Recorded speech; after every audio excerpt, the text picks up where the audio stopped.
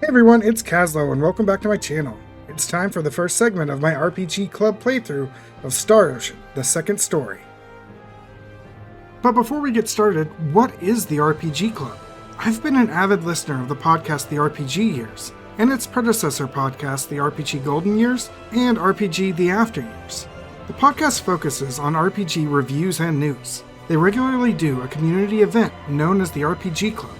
Imagine a book club, but for RPGs. They break up a community-chosen RPG into digestible chunks, usually about 5 hours, and discuss those segments every 2 weeks like a book club.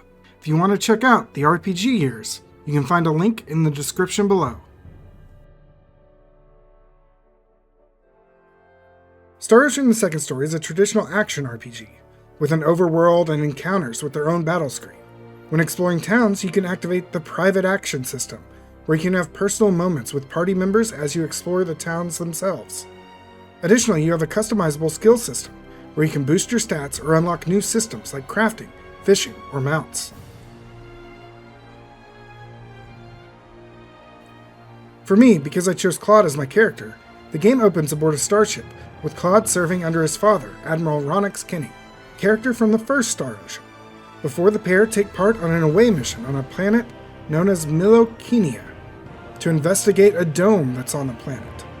Inside the dome, the team encounters some broken equipment that Claude approaches as it activates a space gate, teleporting him to a forest on an underdeveloped planet. In the forest, Claude notices a monster approaching the other protagonist, Reyna. Claude easily defeats the monster using his standard phase gun, which Reyna mistakes for a sword of light. Returning to Reyna's hometown of Arlia, Reyna shows Claude around town before they have a large dinner prepared by Reyna's mother. During the night, the town mayor meets with Claude, and Reyna's mother reveals that they believe he may be the hero of light, destined to save the world. 3 months prior, a meteorite named the Sorcery Globe crashed into the Kingdom of El on another continent. Immediately after, monsters began to appear all around El, and the whole world. Additionally, cataclysms seem to be occurring around the world. Claude doesn't believe he's this hero of light, and instead wants to find some way to contact the Federation and get home, so he leaves to search for any lead he can. The mayor then offers to let him stay at his house until he can find such a lead. However, before Claude can find any leads, Reyna is kidnapped by a noble from the nearby town of Silva, and seems to be preparing some ritual in the mines there. Claude rushes out to rescue Reyna, even publicly using his phase gun to knock down a door. In the mines, Claude confronts the noble, who grasps onto this green gem and transforms into a monster.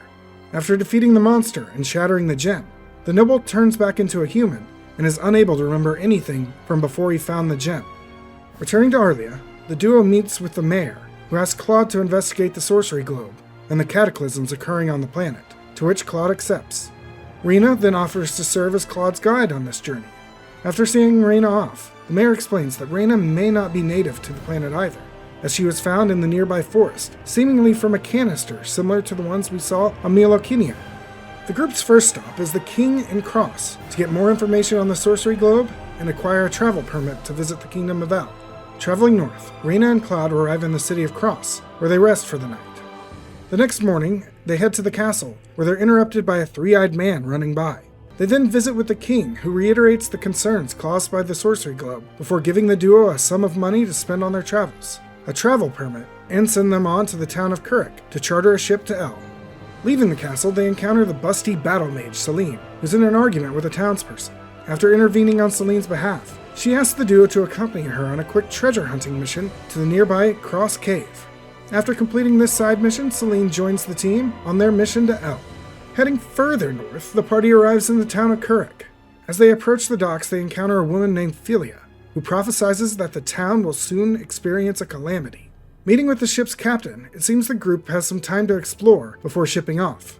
And as the group returns to the town square, a small child bumps into Claude and seemingly steals his wallet. After getting the wallet back and helping the child make friends, the group returns to the ship where the last piece of cargo is being loaded. Suddenly an earthquake strikes, and the group has to flee to higher ground on the edge of town, while most of the town sinks into the ocean, including the ship. The group now has to find a new way to El. And that's it for this segment of Star Ocean, the second story.